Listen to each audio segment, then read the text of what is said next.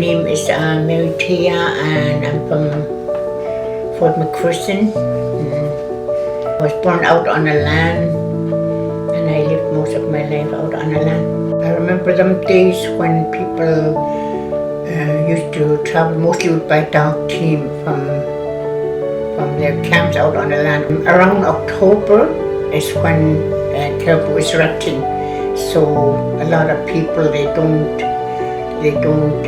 really kill bull caribou, and so that's another thing that our people watch for, because they don't taste good, and it's just not edible kind of thing. It's a big part of people's lives out on the land, and people have to work together. They have to work together, because sometimes if they don't work together, they can make a mistake and they can chase the caribou away rather than getting them. So it was a big part of the people's lives out there. They came together and they worked together, and there usually be just automatically somebody becomes a leader kind of thing, and then they would make sure that they organize their hunts and whatnot out there. Sometimes it's far, and sometimes it's close to the camp, and so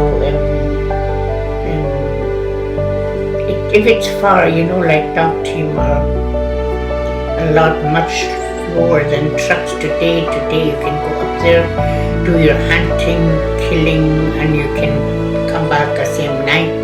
But there it wasn't like that. Sometimes if it was hard to get caribou, they would go camping.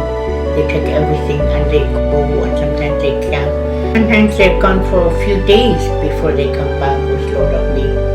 But if it's close by, they see caribou close by, they make sure that they do a good organizing of the hunting, so that they get that caribou for sure. When they did get the caribou, they make sure that everybody had the same amount of caribou. So many Jewish family made sure that everybody had enough. Depending on the family, the number of family together too, and they look at all that, and then that way they divide the meat.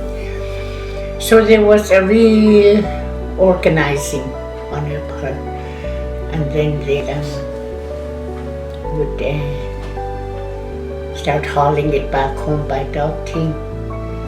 The way that our people are still practicing a lot of their traditional way, like having a big feast and eating a lot of traditional food, that they're going to remember one day. They're going to remember it. When they're down in the future, there's going to be things that they're going to remember about now.